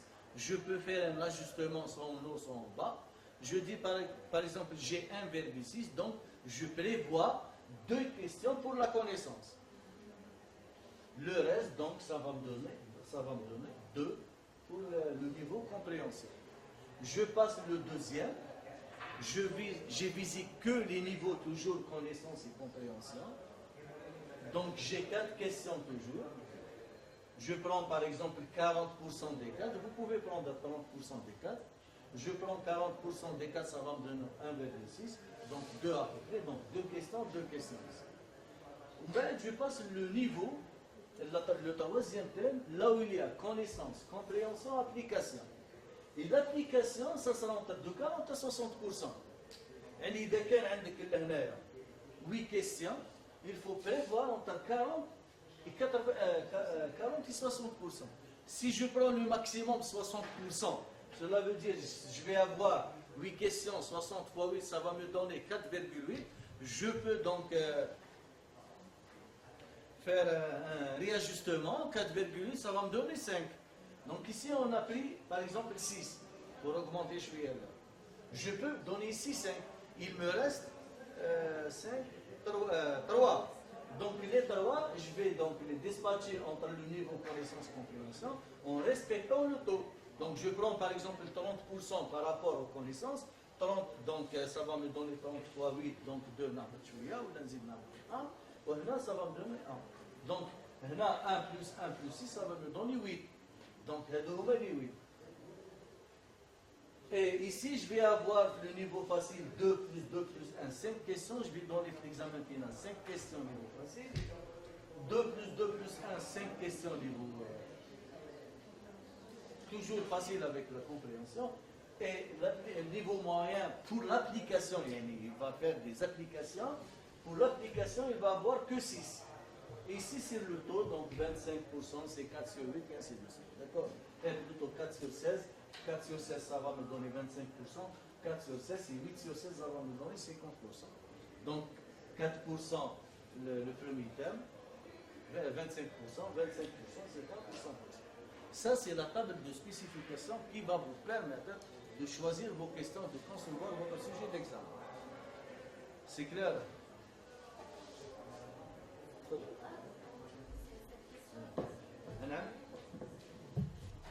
Sur quelle base on dit que c'est une question facile, moyenne ou difficile par rapport à... Niveau cognitif, par rapport au niveau cognitif. Les chercheurs, les niveaux cognitifs doublons.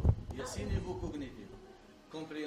Connaissance, compréhension, application, analyse, synthèse, évaluation. Donc par rapport, les 2 premiers sont les niveaux faciles, les 2 autres moyens et ainsi de suite. Est-ce que vous avez des questions par rapport à cette table? Donc si vous n'avez pas de questions, vous avez le deuxième document, vous essayez de tracer votre table de spécification par groupe. Donc, dans le cadre de l'accompagnement en ligne, on va parler du tutorat. On va aborder les points suivants, les objectifs, puis le tutorat en ligne et les fonctions et les rôles d'un tuteur en ligne.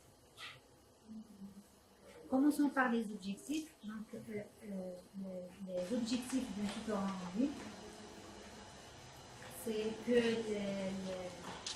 d'être capable de comprendre les fonctions d'un tuteur en ligne. Donc, quelles sont les fonctions d'un tuteur en ligne, puis être capable de comprendre les rôles d'un tuteur en ligne. Quelle est la fonction et quel est son rôle. L'objectif principal du tutorat en ligne est de proposer aux apprenants un encadrement structuré est adapté pour accompagner les apprenants pour les aider dans leur apprentissage. Le tutorat est à 2 dimensions, collective, ça veut dire un gros travail par groupe, etc. des apprenants, bien individuel, chaque apprenant travaille seul. Le tutorat fonctionne en 2 modes, actif, bien proactif. Donc, M. Bouhani a parlé de ce point-là. Donc, actif, c'est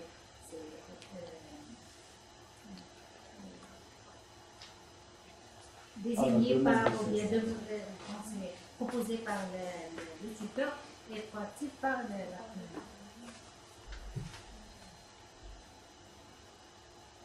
Donc, les fonctions d'un tuteur en ligne sont 4 fonctions. Une fonction pédagogique, ça veut dire c'est une relation avec la matière à enseigner, les chapitres, etc., les méthodes pédagogiques, les méthodes d'évaluation, etc. Tout ce que vous avez vu dans ce cas.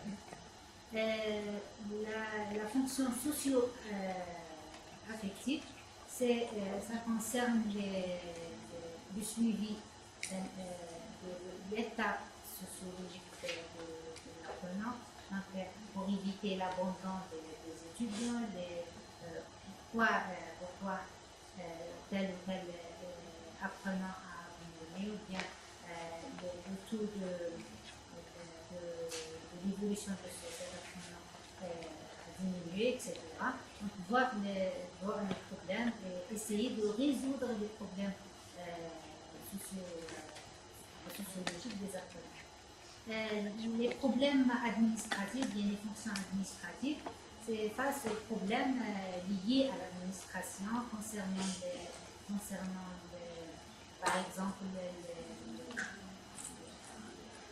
les inscriptions, concernant les certificats, concernant les problèmes tout problème lié à l'administration. Les problèmes techniques aussi, donc le tuteur, concernant l'administration, il peut résoudre ce problème, par exemple les inscriptions et tout. Lorsque le problème ne peut pas être résolu au niveau du tuteur, il peut être un coordinateur, bien un intermédiaire, fait un rôle intermédiaire entre l'apprenant et l'administration pour résoudre la question. Concernant les problèmes techniques, c'est tous les problèmes, ça entre dans les problèmes de l'apprenant, que ce soit problème technique en utilisant dans la formation, en utilisant le logiciel, en utilisant par exemple la connexion à la plateforme, par exemple, pourquoi vous avez vécu des problèmes, par exemple, je ne suis pas inscrit dans la plateforme, donc il faut résoudre le problème. Si le tuteur peut résoudre le problème au niveau de son état, donc il peut. Sinon, il s'adresse aux responsables techniques qui peuvent le faire. هما généralement les 4 fonctions d'un tuteur. Maintenant, on va parler d'un modèle proposé par Jacques Raudet. Donc, ce modèle se compose ou bien comprend 4 types. Donc, commençons par le plan cognitif. Le plan cognitif contient le contenant disciplinaire, la méthodologie et la technique de tutorat, administrative et académique. Le plan socio-actif, comme nous avons dit tout à l'heure, donc c'est éviter l'isolement des étudiants. Pourquoi cet étudiant évite, par exemple, le travail de groupe, etc. Il faut traiter ce problème, rendre autonome, faciliter la collaboration, Troisièmement, le plan motivationnel. Donc, c'est lutter contre l'abondant. Donc, il faut traiter le problème de l'abondant. Renforcer la motivation intrinsèque. Donc, là, il faut motiver les apprenants. Et encourager et féliciter. Donc, l'encouragement se fait par exemple, en leur donnant par exemple des badges, des certificats, etc. Le dernier plan, c'est avancé, c'est le plan métacognitif. Féliciter la planification, évaluer les stratégies métacognitifs et aider à s'auto-évaluer. Donc, c'est l'état avancé. Lorsque l'apprenant arrive à aider à s'auto-évaluer. Concernant cette partie, donc, ça va être présenté par notre Donc, je remercie Madame Bouhilou d'avoir présenté donc, le tutorat en ligne qui est très intéressant et très important. C'est-à-dire que c'est un point central par rapport à la formation à distance. Nous devrons, donc, c'est un rôle, nous devrons accompagner nos étudiants, surtout pour éviter l'abandon, surtout pour les motiver. Et je pense que nous avons tous vécu la situation d'abandon face à cette pandémie, durant cette pandémie, où normalement les enseignants passent tous à distance. À un moment donné, on trouve que les étudiants n'accèdent pas à la plateforme, donc peut-être ne consultent même pas les documents. C'est un abandon. Malheureusement, en tant que responsable, il n'y a pas de question centrale chez les enseignants. Il y a un seul mot, les étudiants n'accèdent pas à la plateforme, les étudiants ne veulent pas travailler. Les étudiants ne veulent pas travailler. Quel est notre rôle? Notre rôle, c'est en quelque sorte essayer de chercher le problème, là où il y a un problème, parce qu'ils disent tous, par exemple, ils n'ont pas les moyens de connexion. Et c'est pas tous qui n'ont pas les moyens de connexion. Malheureusement, que 90% n'accèdent pas à la plateforme. On a essayé de travailler, je prends le cas par exemple de Mme Louis, on a travaillé, vous avez mon module d'évaluation la semaine, on a travaillé ensemble le premier semestre, quand il y a une évaluation en ligne, on a fait les mails et puis donc يجي انا نبعث حتى حلينا المشاكل كامل بدات l'évaluation en ligne, elle a pu faire l'évaluation. Donc elle a répondu à toutes les questions des étudiants. Donc ça c'est l'aspect technique. Maintenant on passe à une chose très importante, c'est ce qu'on appelle le courant SOTL. Et le courant, j'ai commencé par le souci, pourquoi ils ne travaillent pas, pourquoi ils ne sont pas motivés, pourquoi ils attendent. Ce sont tous des questions centrales que l'enseignant doit les poser. Maintenant, le courant SOTL, c'est l'excellence dans l'enseignement. Vous êtes des enseignants, vous enseignez. Il faut avoir l'excellence et l'expertise dans l'enseignement.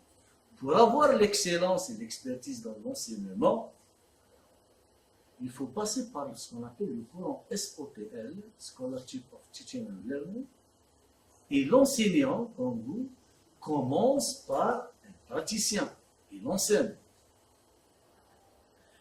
Il ne s'arrête pas la tâche, j'enseigne la matière.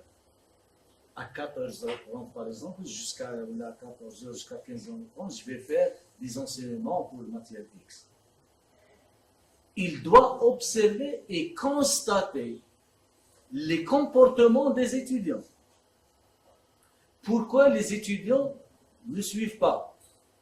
Pourquoi les étudiants ne sont pas motivés? Pourquoi à un moment donné, lorsque j'aborde par exemple la phase application, synthèse ou analyse, les étudiants commencent en quelque sorte à être désintéressants en quelque sorte. Ce sont tous des questions. Donc, je pose ces questions centrales, je passe de la phase praticien à un praticien réflexif. Je commence à me poser des questions. Pourquoi les notes sont catastrophiques? Pourquoi lors de l'évaluation formative, il y a des étudiants qui travaillent, qui font des efforts en résolvant par exemple des exercices, les auteurs sont à côté de la plaque, on la remplace en mort.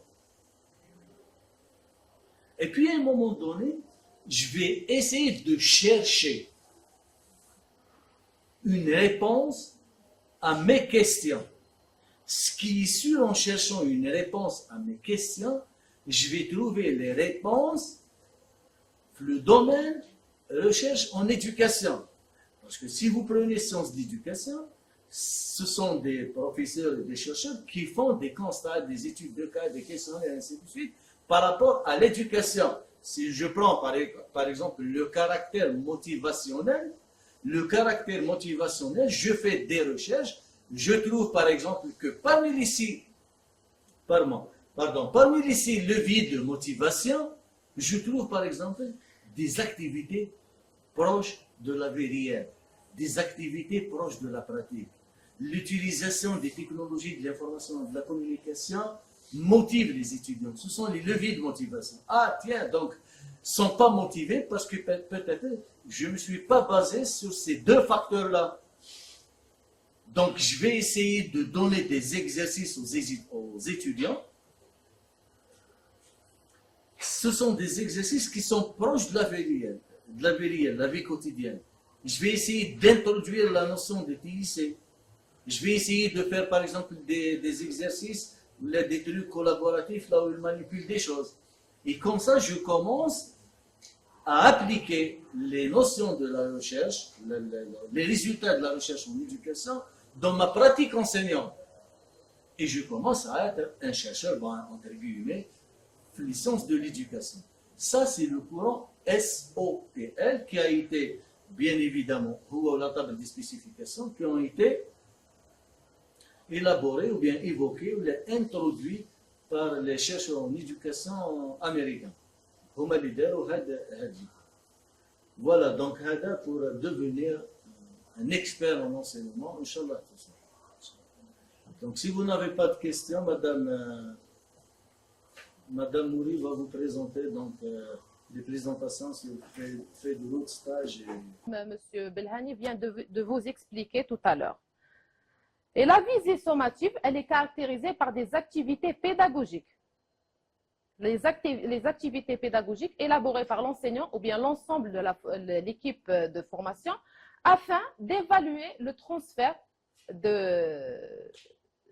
d'apprentissage. Ça veut dire, si vous voulez évaluer votre étudiant, s'il a bien acquis son cours, son TD ou bien son TP, vous devez travailler avec les activités pédagogiques et vous devez travailler avec avoir une feuille de route.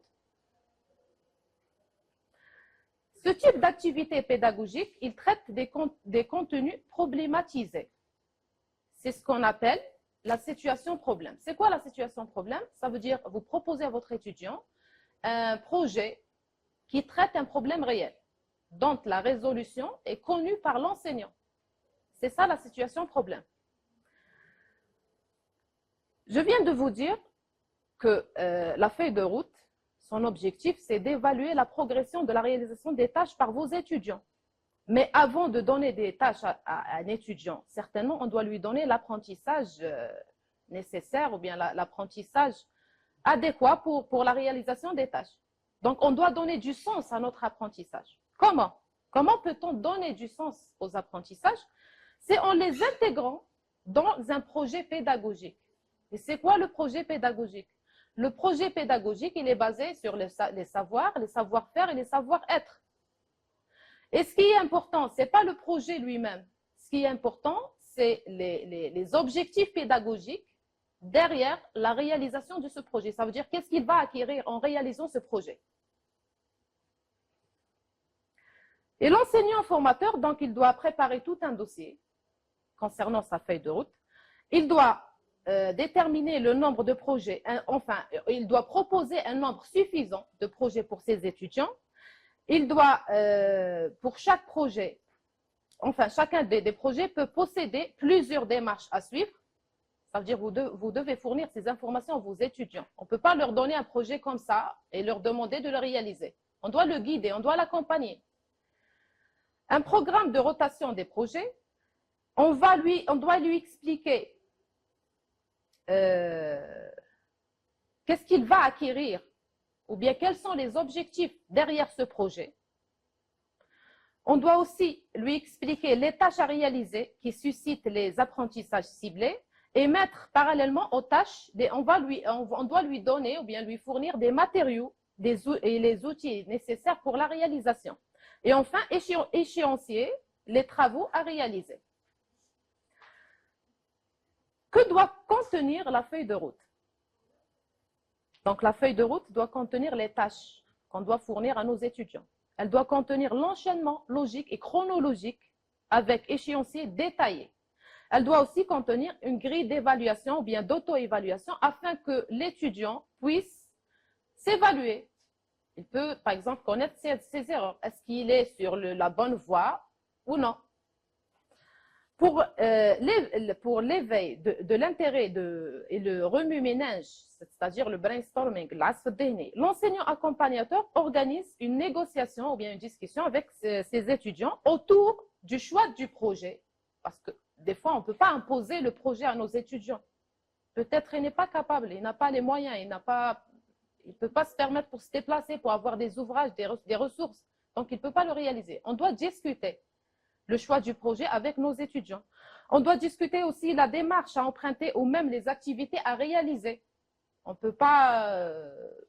parfois, l'étudiant n'a pas compris le sujet. En tant qu'enseignant, on ne peut pas lui dire je ne peux rien faire pour vous. On doit lui donner des explications. On doit lui montrer le chemin pour faire son projet.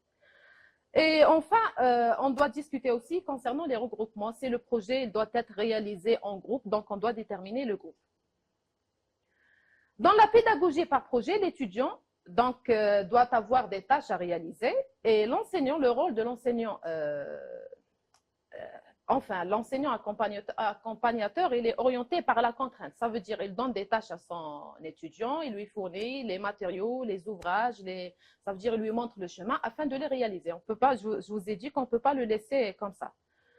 Et l'apprentissage en question, pourquoi on doit donner des projets à nos étudiants? L'objectif, le premier objectif, c'est l'apprentissage.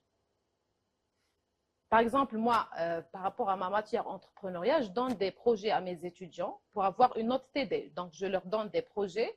Je leur demande d'avoir une idée de création d'entreprise et la réaliser sur terrain. Bien sûr, ils ne vont pas la réaliser réellement parce qu'ils n'ont pas le montant. Ça veut dire qu'ils sont encore des étudiants. Ils ne peuvent pas faire réellement les démarches. Mais mon objectif derrière ce projet-là, c'est de connaître les étapes ou bien le processus entrepreneurial. Ça veut dire, si vous avez une idée de création d'entreprise, quelles sont les étapes que vous devez respecter, que vous devez réaliser pour créer votre entreprise. Donc, c'est l'apprentissage derrière le projet. Ça, c'est un exemple par rapport aux langues. Donc, si un enseignant qui travaille, par exemple, un enseignant de français ou bien d'anglais, il demande à son étudiant d'écrire un texte descriptif qui exige la recherche et l'apprentissage de différents adjectifs qualificatifs, les verbes, d'état et d'appréciation, les temps et les modes de conjugaison. L'objectif derrière ce projet-là, ce n'est pas juste pour avoir une note. Certainement, l'enseignant il a un objectif d'apprentissage. Donc, l'étudiant de langue, il va apprendre comment utiliser les verbes d'appréciation, quand est-ce qu'il emploie, par exemple, le présent, quand est-ce qu'il emploie le passé, et ainsi de suite. Donc, l'objectif derrière le projet, c'est l'apprentissage.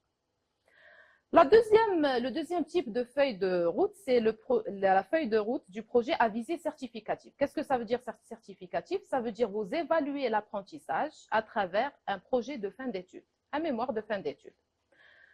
Et le mémoire ou bien le projet de fin d'études, c'est un consentement, un contrat d'apprentissage entre l'enseignant et l'étudiant. C'est un contrat. Ça veut dire chacun il a des intérêts. L'enseignant, il aimerait bien faire un bon travail, c'est-à-dire qui reflète ses compétences, et l'étudiant, il aimerait bien avoir une bonne note. Donc, c'est un contrat entre les deux.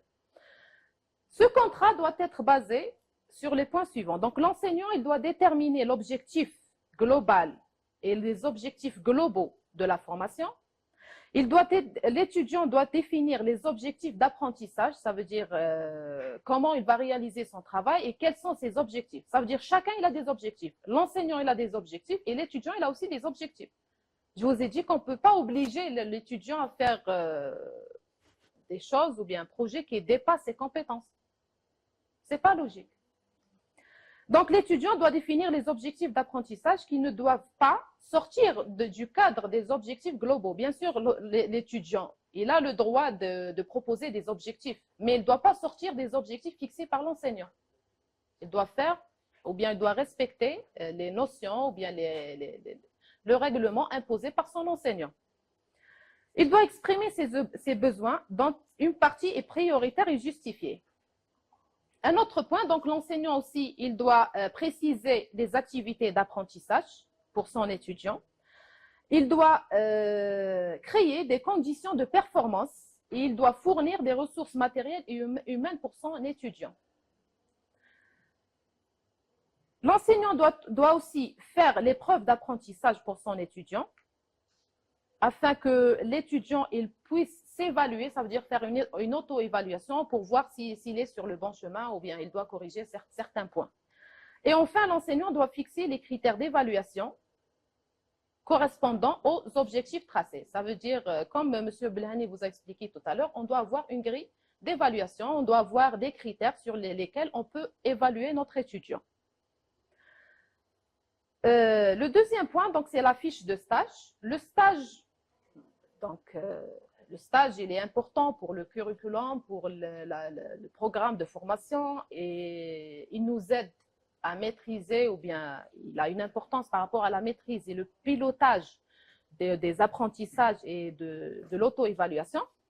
Et le stage, généralement, c'est une liaison entre tout ce qui est théorique avec la pratique. C'est ça le stage. Donc, qu'est-ce qu'une fiche de stage? La majeure spécificité qui doit caractériser les études supérieures, c'est la contextualisation, qui permet d'allier les études théoriques avec la pratique au réel existant sociétal. Ça veut dire on va lier tout ce qui est théorique avec la pratique réellement sur terrain. Les modalités et les fonctionnements des stages. En s'inscrivant dans une logique de contextualisation dans un cadre d'une formation alliant la théorie à la pratique, le stage, il est considéré comme l'un des outils concrets et adaptés à l'interdisciplinarité et la transdisciplinarité. Ça veut dire تداخل ولا تعدد التخصصات والعبارة المنهجية. Le stage vise l'installation des compétences professionnelles, bien sûr. C'est une expérience pour appliquer le savoir-faire acquis durant les enseignements ou pour analyser les pratiques professionnelles. Ça veut dire dans un stage, on peut pratiquer nos compétences. On peut pratiquer ce qu'on a acquis comme formation, comme connaissance. On peut les pratiquer réellement sur terrain. L'application des acquis présente ce que les experts en pédagogie universitaire appellent le transfert des apprentissages. Et l'analyse des pratiques réelles in vivo apporte un plus et ouvre de nouvelles perspectives devant l'étudiant. Ça veut dire en faisant un stage, l'étudiant il peut découvrir de nouvelles informations, de nouvelles connaissances. Ça veut dire il ne va pas être limité seulement par tout ce qui est théorique. Il va développer sa vision, il va développer ses connaissances. Parce que la pratique, elle est vraiment différente par rapport à tout ce qui est théorique. Ce n'est pas du tout la même chose. Donc, l'étudiant, il va développer ses connaissances et ses informations dans le terrain. Donc, il va acquérir de nouveaux apprentissages sur la base des différentes ressources présentées par l'enseignant, autrement dit, par les contenus de la formation. Les membres de l'équipe de formation. Les membres de l'équipe de formation, ça veut dire l'enseignant tout seul, il ne peut pas déterminer ou bien il ne peut pas définir des critères concernant les stages des étudiants. C'est un travail qui doit être fait par l'équipe de formation. Donc, l'équipe de formation doit discuter tout ce qui concerne les stages dans une réunion. Qu'est-ce qu'ils doivent discuter? Donc, ils doivent discuter la possibilité des stages. Est-ce que l'étudiant peut faire des stages ou non? Par exemple, cette année, la plupart des facultés n'ont pas donné des autorisations pour des stages. parce que c'est le Covid. Donc, on doit respecter les conditions d'hygiène. Il faut préciser leur moment, ça veut dire quand est-ce que les étudiants peuvent sortir en stage. Il faut préciser les partenaires universitaires et socio-économiques, ça veut dire où est-ce qu'on peut mettre notre étudiant, où est-ce qu'il peut pratiquer ses connaissances, ça veut dire l'endroit approprié, et qui a une liaison avec la théorie. Ça veut dire qu'on ne peut pas enseigner une chose et mettre l'étudiant dans un autre endroit qui n'a aucune liaison avec notre théorie. Déterminer les contenus du stage, ça veut dire l'étudiant, qu'est-ce qu'il va faire exactement durant le stage, et définir les modalités et le suivi d'évaluation, ça veut dire comment on va évaluer notre étudiant. Peut-être on peut demander aux étudiants de présenter ou bien de faire un rapport de stage pour le présenter, que ce soit oralement ou bien un document écrit. L'étudiant doit partir en stage en étant outillé et l'enseignant accompagnateur doit lui fournir. Ça veut dire, si vous voulez que vos étudiants font un stage, vous devez leur fournir une fiche des tâches. Ça veut dire qu'est-ce qu'ils doivent faire, quelles sont leurs tâches par rapport à ce stage, oui, et les activités à réaliser sur terrain et qu'elles soient d'application ou d'analyse. Ça veut dire qu'est-ce qu'ils vont faire exactement. Est-ce qu'ils vont analyser le terrain ou bien ils vont appliquer des expériences ou bien… Ça veut dire que c'est à l'enseignant de demander ou bien de confier des tâches à son étudiant. L'enseignant accompagnateur aussi, il doit fournir des fiches et des grilles contenant des critères d'auto-évaluation. Ça veut dire comment vous allez évaluer votre étudiant. Il y a 2 niveaux. Vous pouvez évaluer votre étudiant à travers les apprentissages fondamentaux ou bien transversaux ou méthodologiques selon les unités d'apprentissage. Ça veut dire le degré de la maîtrise, l'emploi des ressources. Est-ce que l'étudiant a respecté ce qui lui a été confié ou non? Et le deuxième niveau, c'est le socio-affectif. Ça veut dire la collaboration, l'autonomie et l'initiative de votre étudiant. Vous pouvez demander à votre étudiant d'élaborer un portfolio. Portfolio, ça veut dire un document, pour le présenter oralement ou bien d'une manière écrite. Et maintenant, je vais vous expliquer qu'est-ce qu'un portfolio. Et c'est la dernière activité que vous allez réaliser dans votre formation. C'est la dernière chose à travers laquelle vous allez clôturer votre formation. C'est le portfolio. Le portfolio, c'est un dossier, c'est un document qui contient tous vos apprentissages, vos compétences.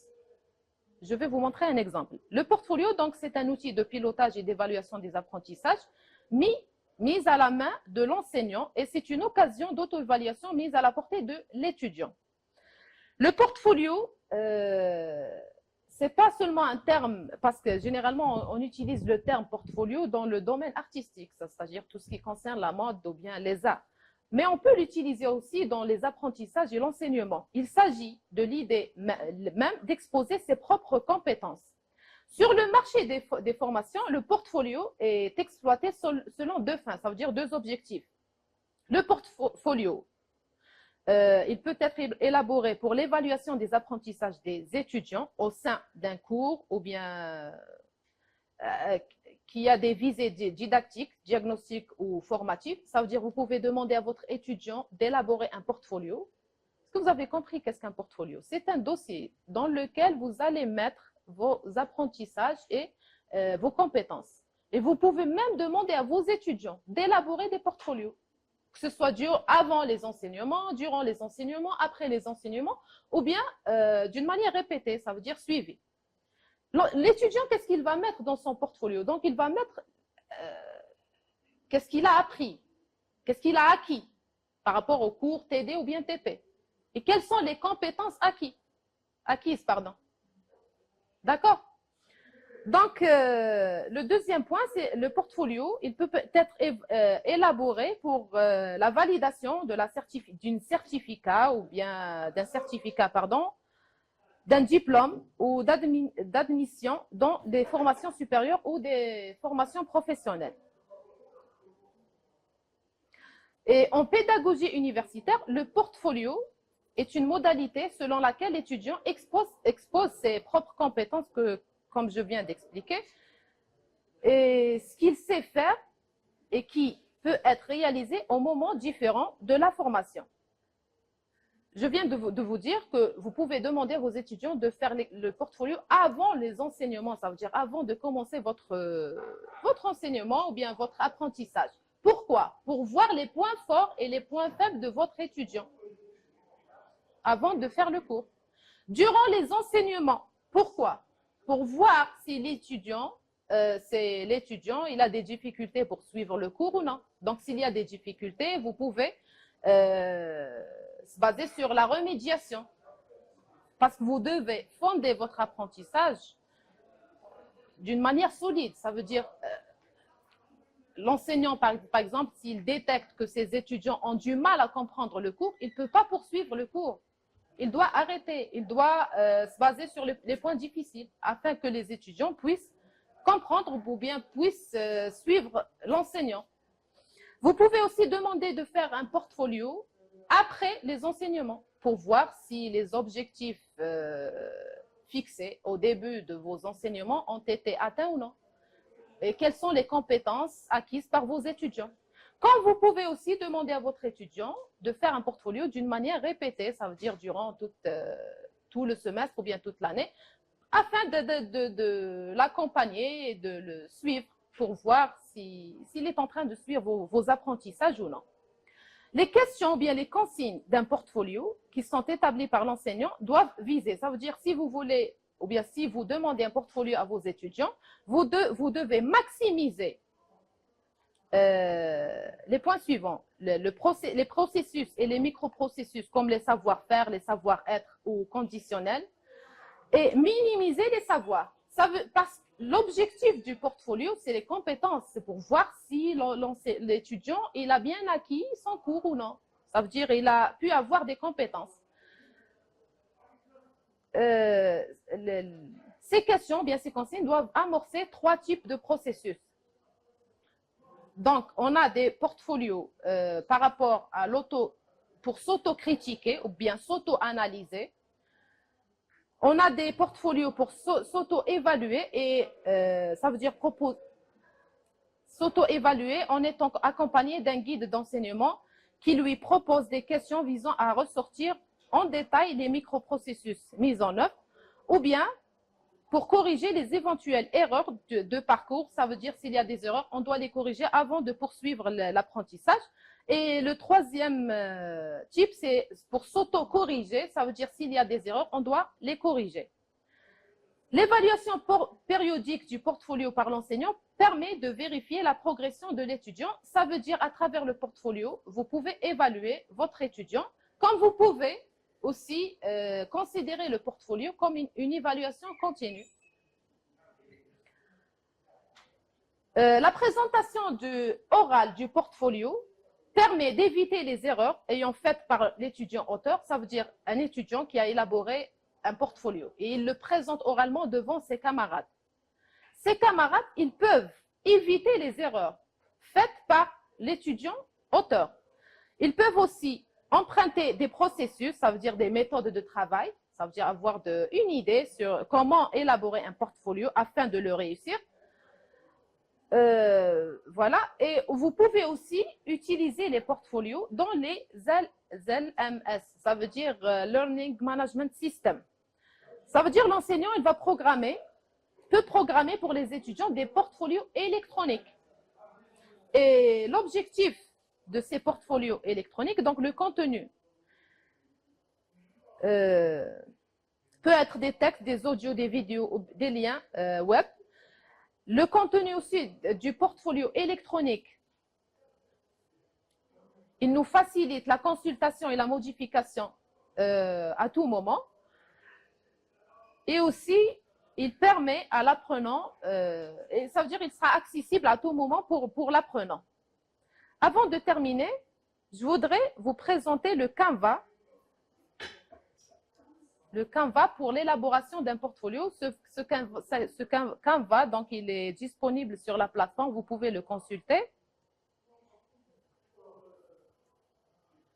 Ça veut dire comment vous allez élaborer vos portfolios.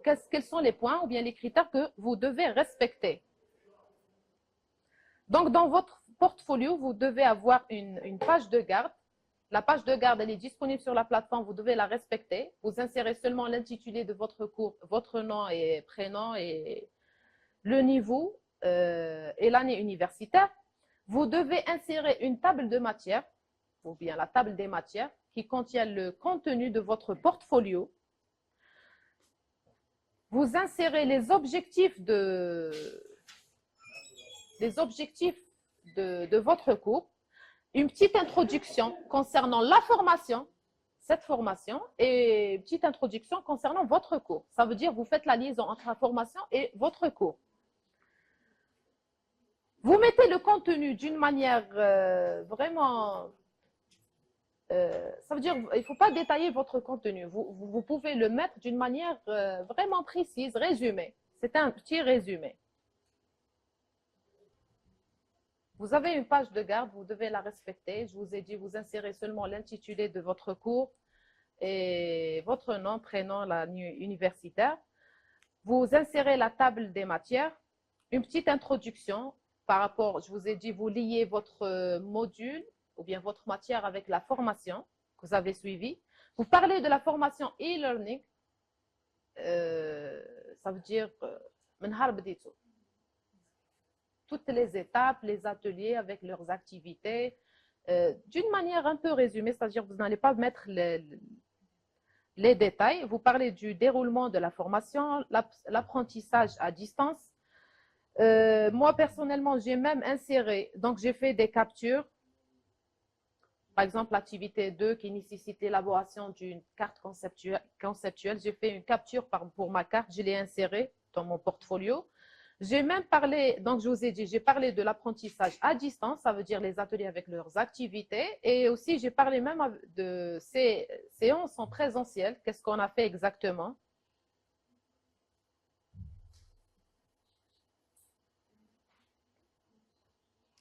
Voilà, l'apprentissage en présentiel, les séminaires qu'on a réalisés et chaque journée, qu'est-ce qu'on a fait exactement.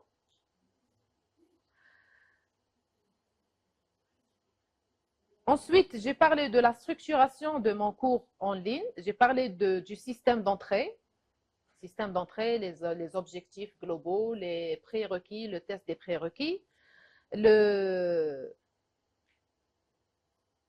Non, pardon, les séminaires. Ça veut dire qu'est-ce qu'on a fait exactement durant les 3 séminaires qu'on a réalisés en présentiel. Ensuite, le 3e point, c'est la structuration, la planification d'un cours en ligne. Donc, l'organisation, comme sur la plateforme. Il faut seulement la respecter et vous mettez le contenu de chaque critère. La structuration, donc, j'ai inséré l'intitulé de mon cours et les tables des matières de mon cours. J'ai inséré ma carte conceptuelle. Puis, j'ai parlé des 3 systèmes, système d'entrée, les objectifs et les prérequis, le système d'apprentissage, le contenu de ma matière d'une manière résumée, le système de sortie, ça veut dire le test de sortie, l'examen final, comment vous allez le réaliser, quels sont les types de questions que vous allez mettre. J'ai parlé de l'approche par compétences, de ma matière, l'entrepreneuriat, le scénario pédagogique. Le scénario pédagogique, ça veut dire le savoir, savoir-faire et savoir-être. Ça veut dire vous adapter ces 3 points sur votre cours. La mise en ligne de mon cours, ça veut dire comment j'ai déposé mon cours en ligne, quelles sont les étapes que j'ai respectées et comment je l'ai déposé. Vous pouvez même faire des captures. Par exemple, si vous parlez des objectifs, vous faites une capture pour les objectifs, les prérequis, ainsi de suite. Le contenu, la même chose. Ensuite, j'ai pour l'évaluation du cours, donc normalement, vous avez demandé à vos testeurs d'évaluer votre cours à travers une grille d'évaluation. Donc, le rôle de cette grille d'évaluation, vous allez la déposer ici, dans l'évaluation de votre cours. Vous déposez l'évaluation de chaque testeur. Bien sûr, vous insérez son nom, son prénom et son évaluation. Vous mettez les perspectives par rapport à cette formation, ça veut dire comment vous voyez cette formation au futur ou bien comment vous allez enseigner à distance. J'ai inséré comme annexe mon plan de cours Normalement, vous l'avez élaboré, vous avez votre. Donc, je l'ai inséré comme annexe. Je ne sais pas, est-ce que c'est obligatoire ou non. C'est obligatoire. Donc, vous insérez comme annexe votre plan de cours. Donc, c'est ça le portfolio. Je vous remercie pour votre attention et je vous souhaite bon courage et beaucoup de succès dans votre carrière, Inch'Allah.